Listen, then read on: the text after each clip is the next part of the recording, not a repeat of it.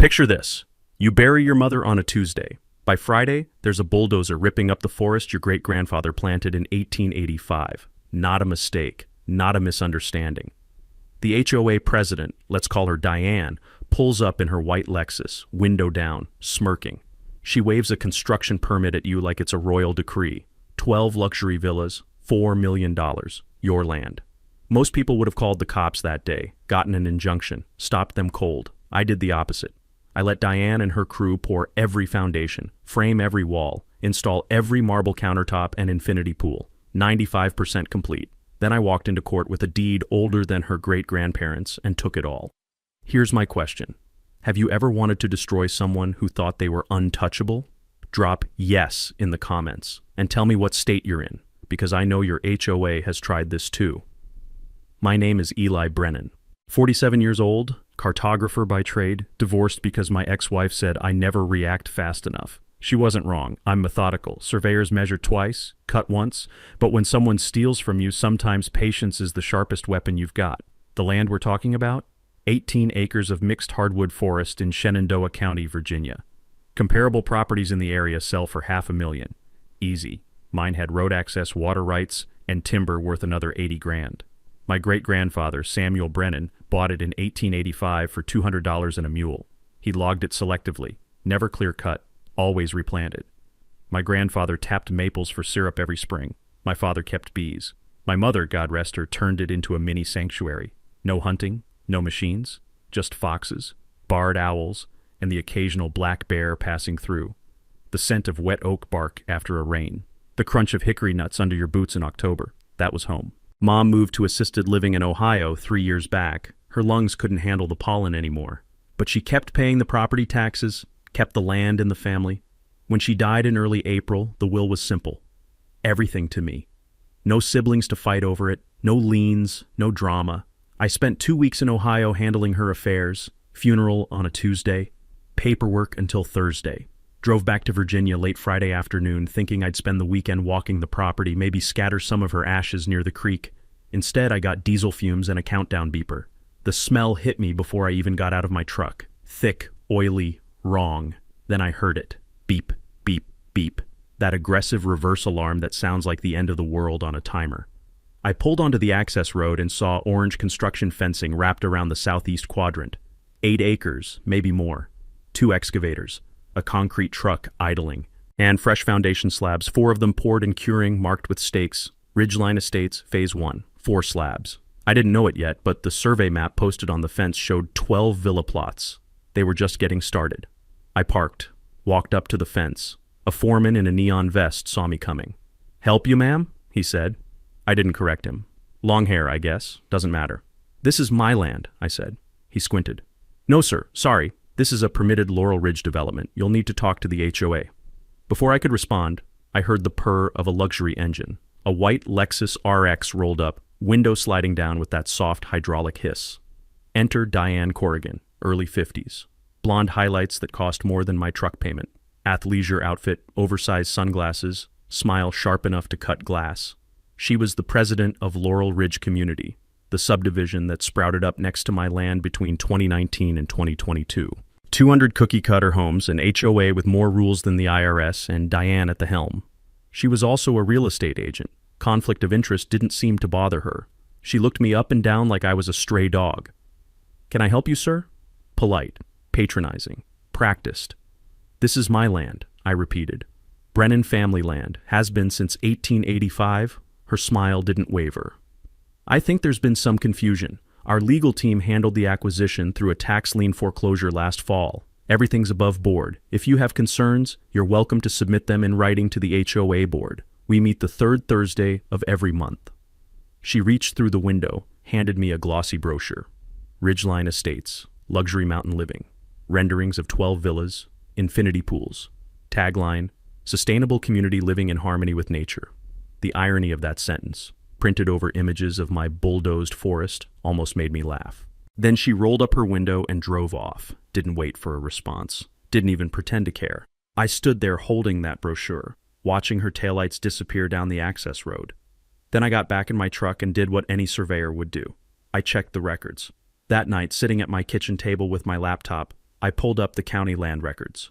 Owner of parcel 14-009, Eli Brennan. Date recorded April 15th, 10 days ago when Mom's will cleared probate. No sale, no transfer, no tax lien, nothing. My coffee went cold while I stared at the screen.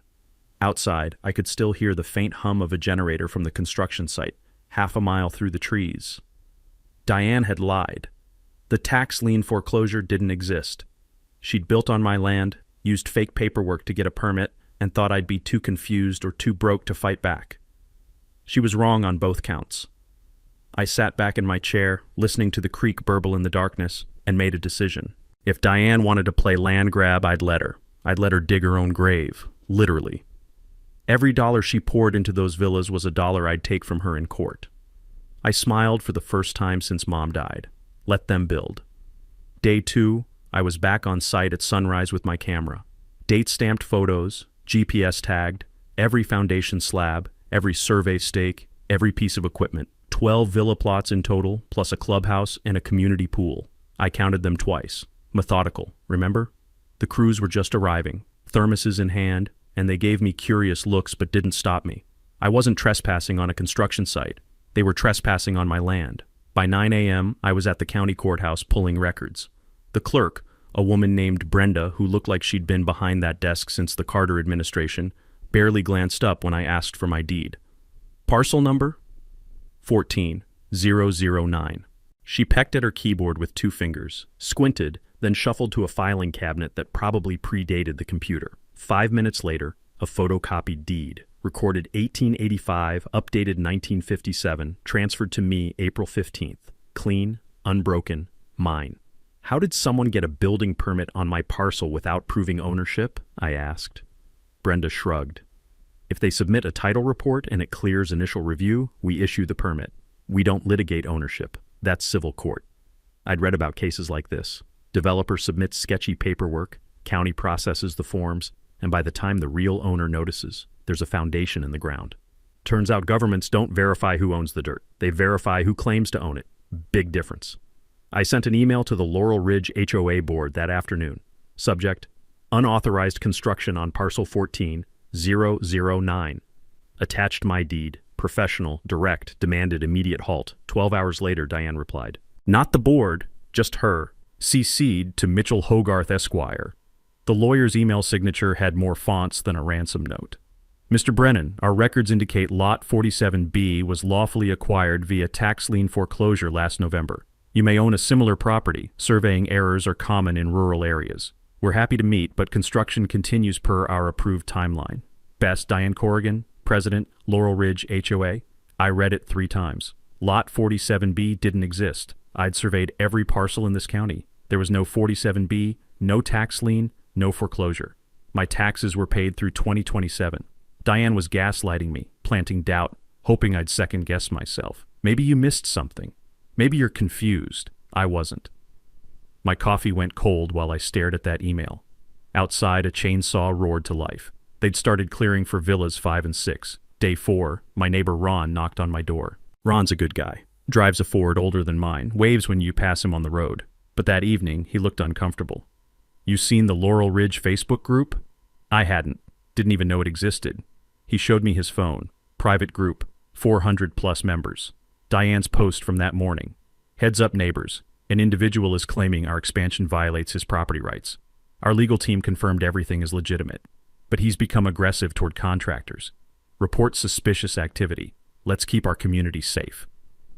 65 reactions. Angry emojis aimed at me. Comments. Some people just want attention. Call the cops if he shows up. Ron scratched his neck. Don't shoot the messenger, man. Appreciate it, I said. And I did. At least one person wasn't buying Diane's spin.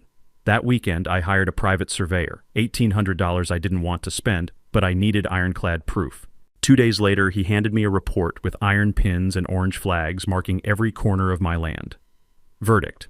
All 12 villas, the clubhouse, and the pool sat entirely on my property. Not a boundary dispute. Not ambiguous. Trespass. I took it to Martin Geist, my semi-retired lawyer, old family friend. He read the report and grinned like a wolf eyeing a henhouse. Eli, I can file an injunction today. Stop construction. Make them tear it down. Or you let them finish. Every dollar Diane pours into concrete and drywall becomes a dollar you claim in damages. Completed structures are easier to value and easier to take. I thought about my ex-wife's favorite complaint. You never react fast enough. She wanted yelling, table flipping, immediate action. But 20 years of surveying taught me something.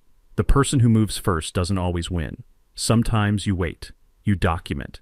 You let the other side commit fully to their mistake. Then you bury them in it. Let them build, I said. That night I sat on my porch with Old Forester, Dad's brand, listening to nail guns echo through the trees. Thunk, thunk, thunk. Somewhere in the dark, Diane's white Lexus crept past my driveway. Didn't stop, didn't wave. I raised my glass. Cheers, Diane. Dig deeper. Week 2, Diane tried to buy me off. A certified letter arrived in a cream-colored envelope so thick I thought it was a wedding invitation. Mitchell Hogarth's law firm embossed in gold foil across the top. I opened it with a butter knife. Dear Mr. Brennan, to resolve this matter efficiently, Laurel Ridge HOA offers to purchase your adjacent 10-acre parcel for $85,000. This represents fair compensation for unimproved land and includes a mutual confidentiality agreement to protect both parties' interests. Please respond within 7 business days. I had to read it twice. $85,000 for land worth $500,000. Adjacent parcel, as if their villas weren't actively sitting on my dirt. And the confidentiality clause? That meant take the pennies, sign away your right to ever talk about it, and let Diane parade around like she'd done nothing wrong. I wrote back the same day, kept it short. Mr. Hogarth, I decline your client's offer to purchase land I already own. Construction on parcel 14-009 remains unauthorized. Regards, Eli Brennan. Martin taught me that in legal fights, whoever stays calm on paper wins. Let the other side lose their cool first. While Diane was trying to silence me with hush money, I was building something better. Allies. It started at the Cornerstone Diner, eggs, toast, coffee that tasted like burnt rubber. A woman at the next table leaned over. You're the Brennan boy, aren't you? Silver hair in a bun, glasses on a beaded chain, sharp eyes. Yes, ma'am, Eli. Marge Tully. Your great-grandfather sold timber to my granddad in the 20s. She smiled. Heard you're tangling with that HOA woman. I might be able to help. 2 days later, I was in her basement surrounded by cardboard boxes that smelled like mothballs and forgotten decades. Marge handed me a rolled parchment, yellowed and delicate. 1894 plat map, your great-grandfather's land. I unrolled it carefully. There were my boundaries, drawn in faded ink, perfectly matching my modern survey. But there was something else, a dotted line cutting across what was now Laurel Ridge's main entrance. Right of way, Marge said, easement for timber hauling. Never formally vacated, far as I know. I'd read about a case in West Virginia where a forgotten logging easement shut down an entire subdivision because the developer never checked old records. Easements don't expire just because nobody's used them. They're like property rights in hibernation, waiting for someone to wake them up. If this easement still existed, I could block Diane's access to her own neighborhood if I needed to. Marge, I said, you just gave me a nuclear option. She grinned. Thought you might like that. The next ally found me at a gas station 3 days later. Guy in a dusty work vest, late 30s, sunburned and exhausted. Ray Booker, foreman from the construction site. You're Eli? He said quietly, glancing around. Yeah. Ray, Summit Contractors. Look, I don't know what the hell's going on, but Diane's paychecks are bouncing. My crew's ready to walk. If you're really the owner. He hesitated. I need to know which side of this I'm on. I pulled my deed from the truck's glove box. I'd started carrying it everywhere and showed him. Ray studied it, then the construction site photos on my phone. His jaw tightened. Son of a bitch, he muttered. Then he handed me a folded budget sheet from his pocket. $4.2 million total. She's pre-sold 6 villas for $850 to $1 million each. If this project dies, she's buried.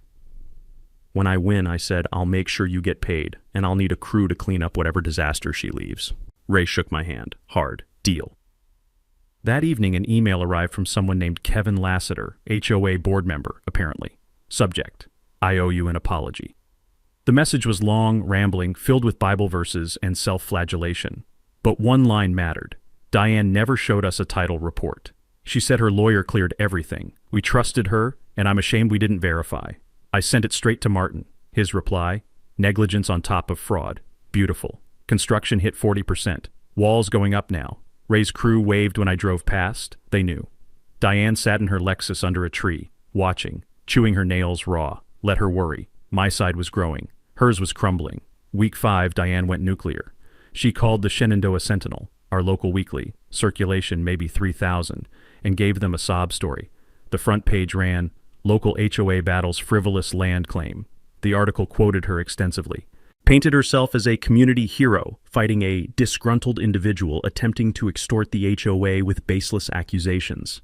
She claimed she was a single mother, working tirelessly for affordable housing. I actually laughed at that line. Diane wasn't single. Her husband was a notary public. And those villas started at $850,000. Affordable for who, orthopedic surgeons? But the damage worked. I started getting stares at the grocery store. Someone egged my mailbox. The Cornerstone waitress wouldn't make eye contact anymore. 3 days later, Diane filed for a restraining order, claimed I'd harassed contractors and made threatening statements. All fiction. I had to show up to court with my documentation proving I'd never threatened anyone. Judge tossed it in under 5 minutes. No evidence, no witnesses. But that wasn't the point.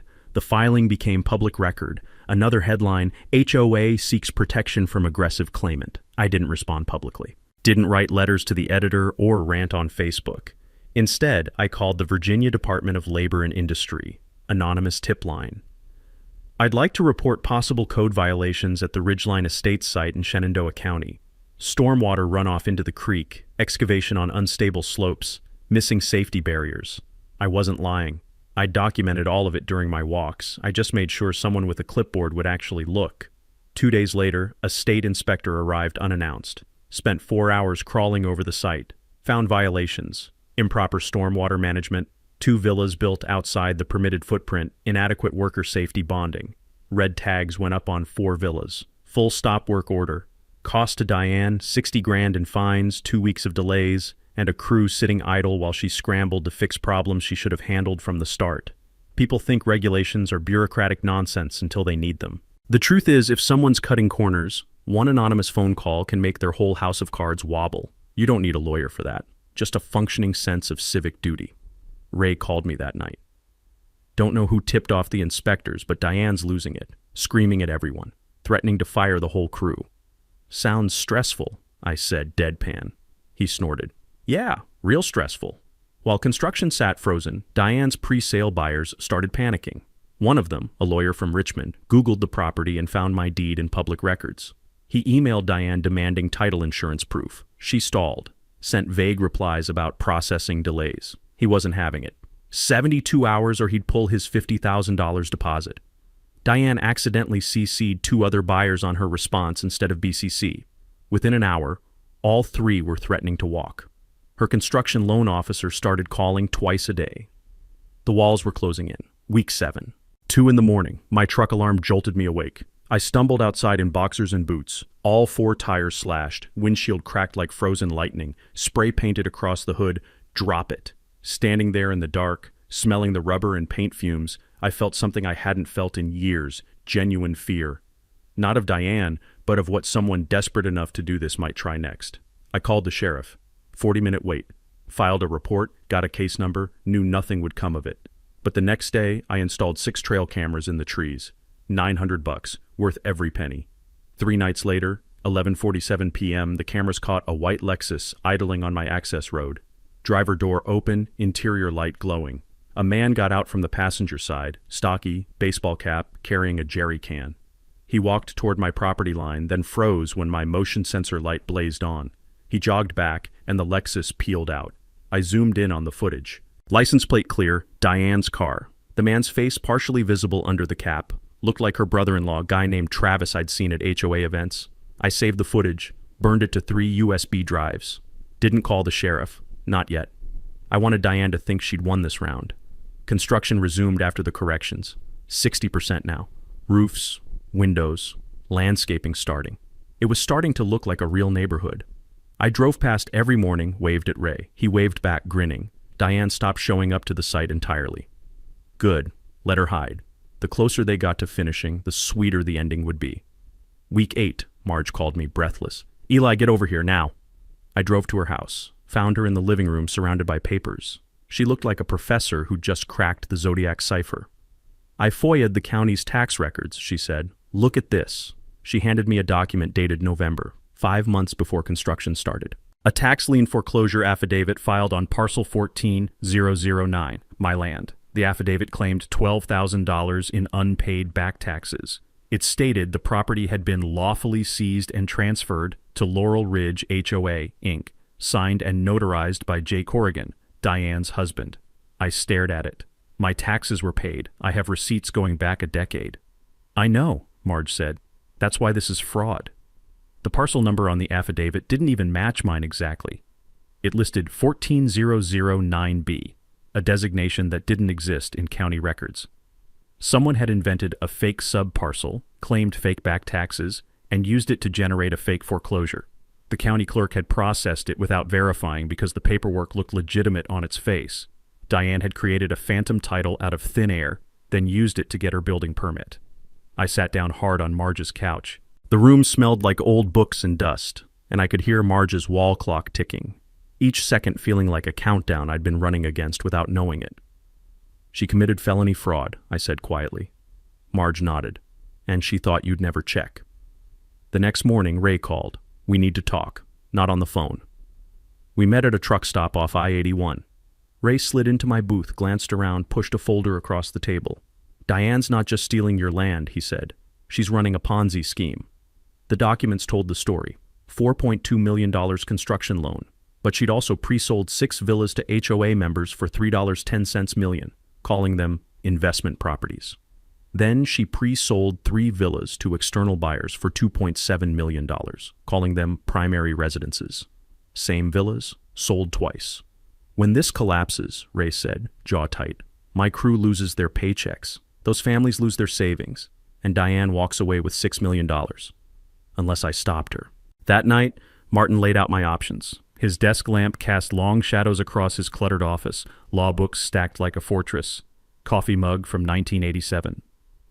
You can sue for trespass, forced demolition, he said, or you invoke Virginia's accession statute. If someone improves your land without permission, you can claim the improvements. You'd own the villas. Just take them? It's centuries-old law. The wrongdoer doesn't get to profit, but you'd be responsible for what happens next. I thought about Diane pocketing millions while Ray's crew went unpaid. Thought about families losing their deposits.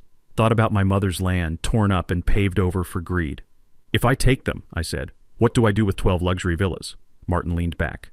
That's your character test. Diane stole from everyone. You taking what's yours is justice. What you do afterward, that's who you are. The answer came easily. I'd take the villas, but I wouldn't sell them for profit. Veterans housing, affordable rentals, something that actually helped people instead of bleeding them dry. File everything, I told Martin. Quiet title, trespass, fraud charges. I want those villas, and I want Diane buried. He grinned. Now we're talking. Construction hit 75%. Diane sent a final offer, $150,000 plus a public apology from me, as if I was the one who'd done something wrong. I threw it in the trash.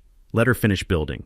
Every dollar she spent was a dollar she'd lose. Every villa she completed was another piece of evidence. The trap was nearly set.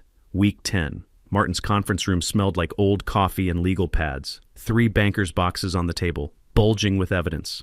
Martin stood at the head, sleeves rolled, a yellow highlighter tucked behind his ear like a carpenter's pencil.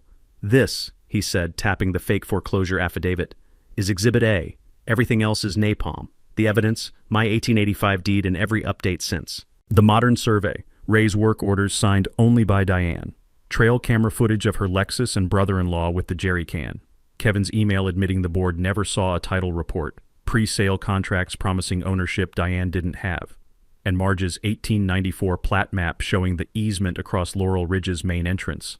Our nuclear option if needed. We file Monday, Martin said. Quiet title, trespass, fraud. We're also notifying First Valley Bank their collateral doesn't exist. Then what? Bank freezes the loan. Diane's got 72 hours before her world catches fire. Martin filed Monday. By Wednesday, it was a media circus. The Sentinel ran it front page. Richmond picked it up. Thursday, TV crews swarmed the construction site. One reporter asked a confused electrician, "Do you know you're working on stolen land?" The guy just shrugged and said, "I'm union. I get paid either way." I almost felt bad for him. Friday morning, First Valley Bank dropped the hammer. Notice of default, loan frozen. 10 days to prove clear title or they'd call the full $3.2 million. Diane couldn't pay that. Nobody could.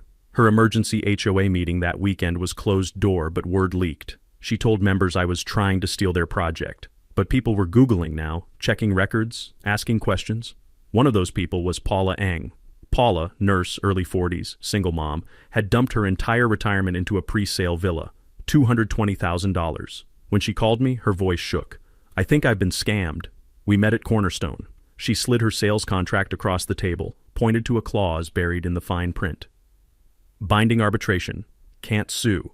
And this line here, Laurel Ridge HOA guarantees full title warranty. She looked up. That's a lie, isn't it? Yeah. I talked to 4 other buyers. Same contract. We want in on your lawsuit. By week's end, Paula had rallied 5 scammed HOA members. They hired a lawyer, filed their own fraud suit, and joined my case as co-plaintiffs. Diane wasn't just fighting me anymore. She was fighting her neighbors. When you're facing fraud, you're rarely alone.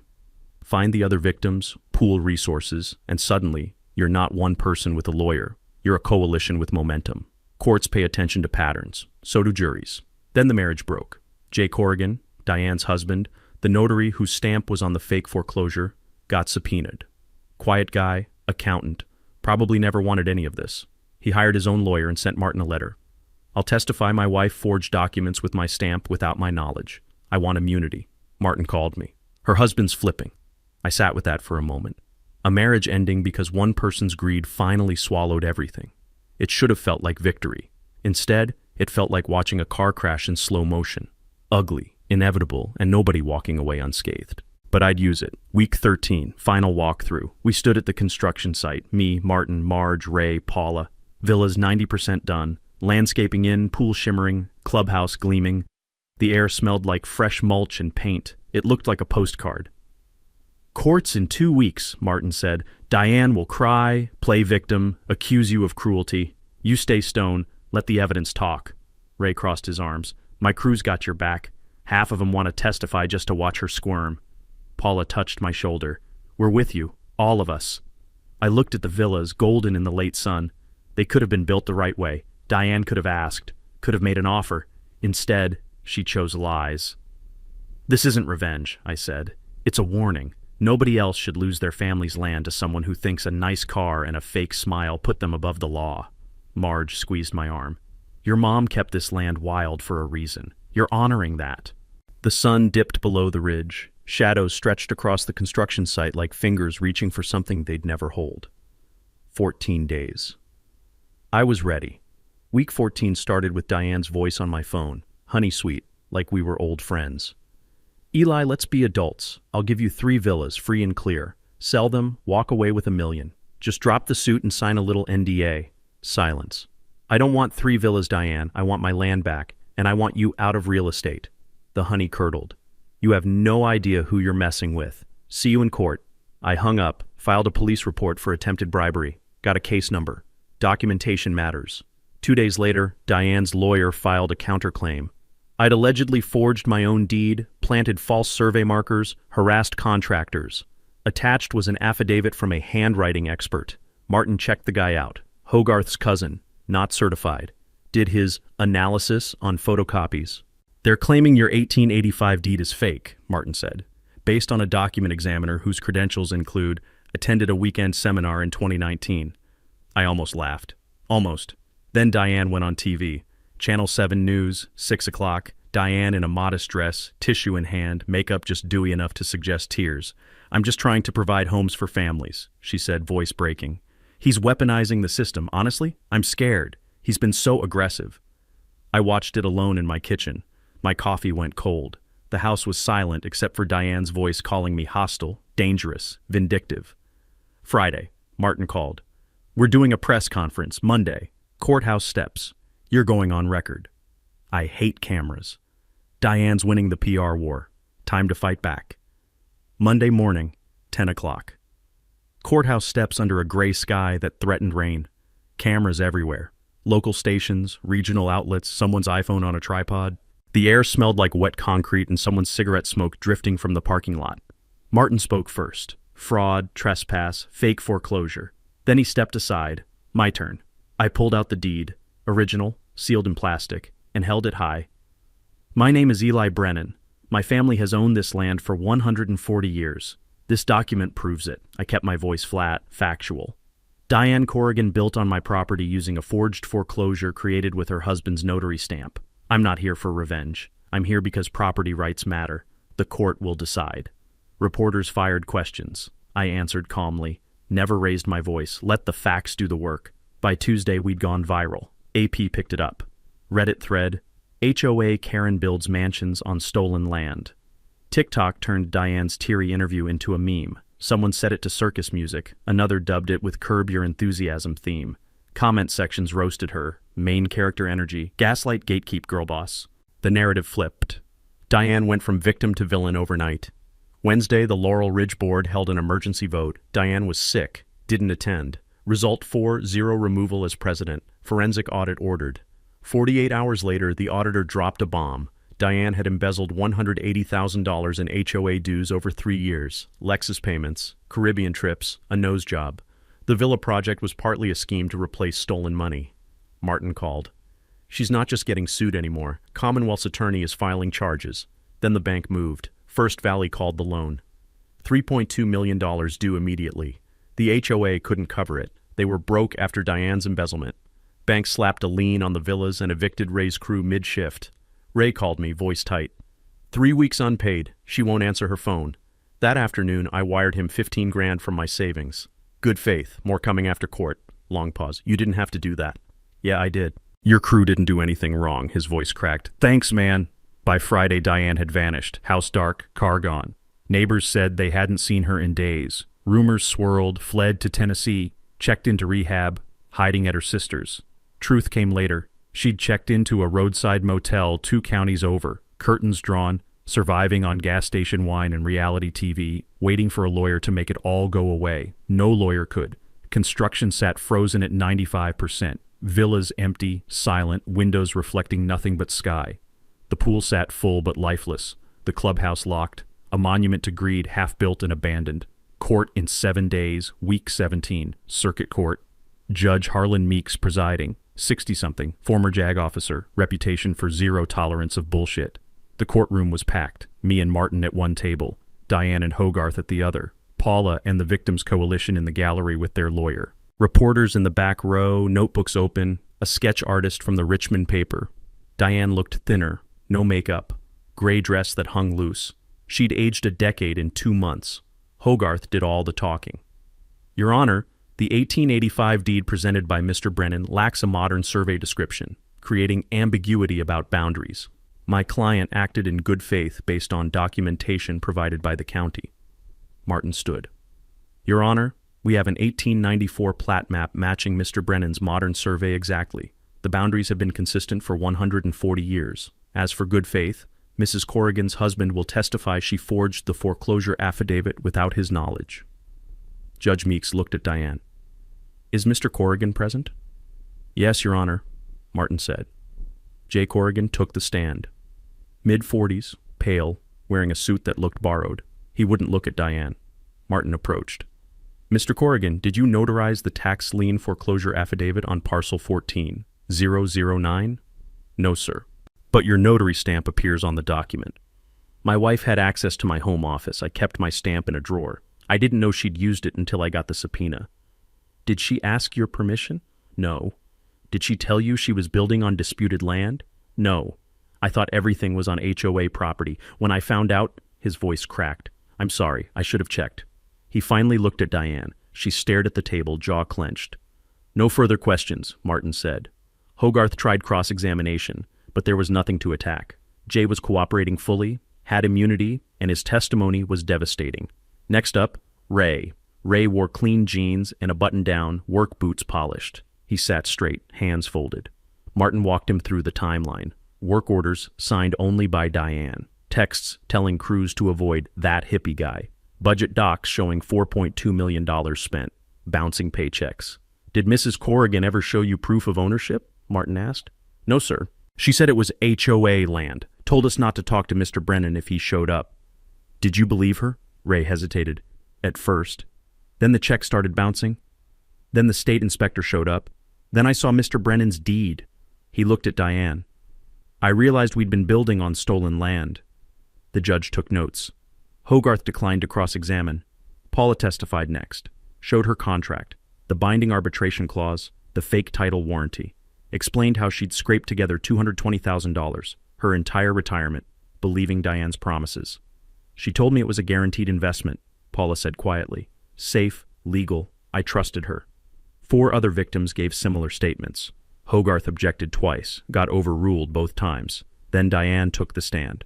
Hogarth's strategy, humanize her, claimed she'd been misled by bad legal advice. Diane started strong. Tears. Apologies. I never meant to hurt anyone. I thought everything was proper. Martin's cross-examination was surgical. Mrs. Corrigan, when did you first see Mr. Brennan's deed? I don't recall exactly. You're a licensed real estate agent. You know how to check property titles, correct? Yes. Did you check the title before filing for the building permit? Long pause. My lawyer handled that. Mr. Hogarth is sitting right there. Did he ever tell you the foreclosure was legitimate? Hogarth shifted in his seat. Diane's voice rose.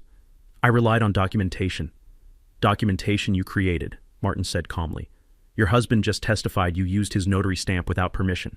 The county has no record of any tax lien foreclosure. You fabricated it, didn't you? I made a mistake.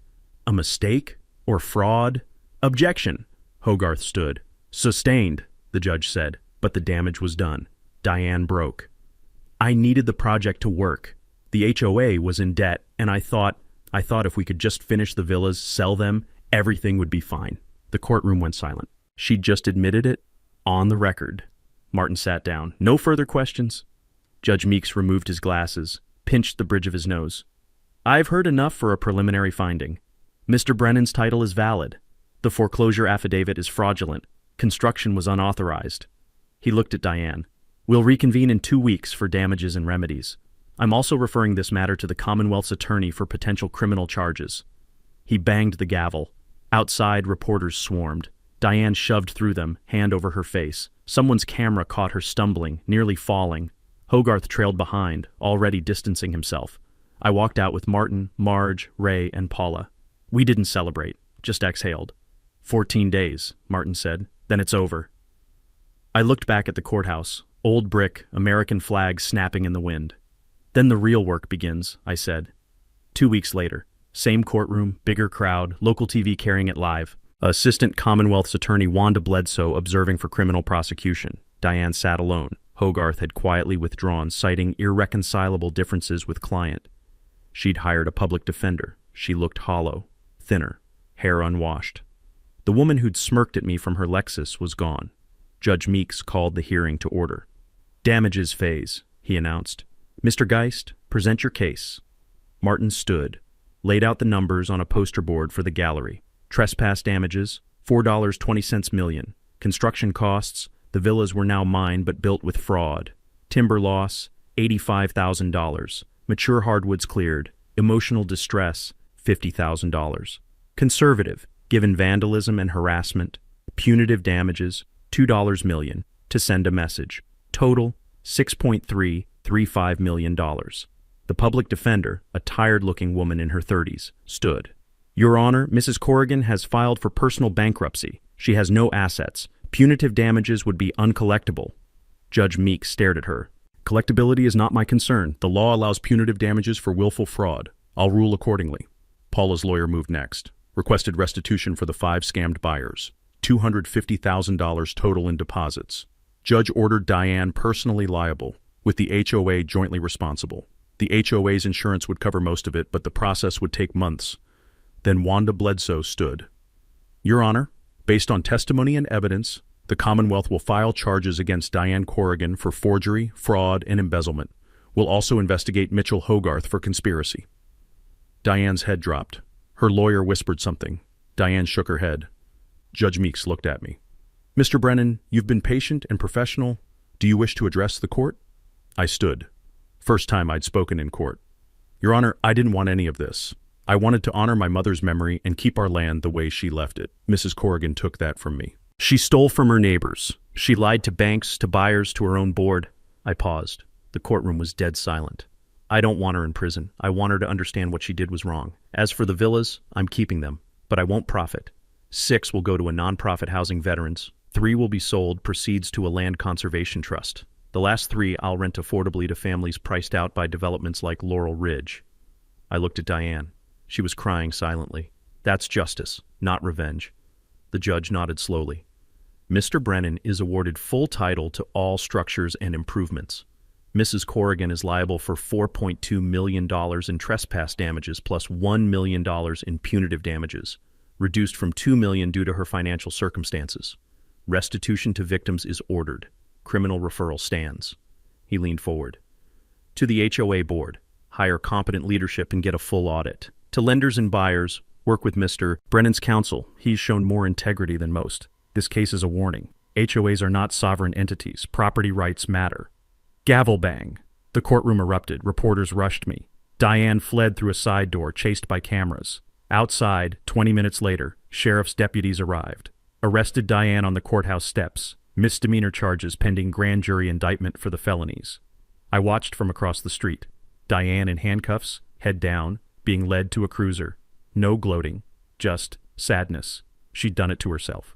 Marge stood next to me. You did good, kid. Doesn't feel like winning.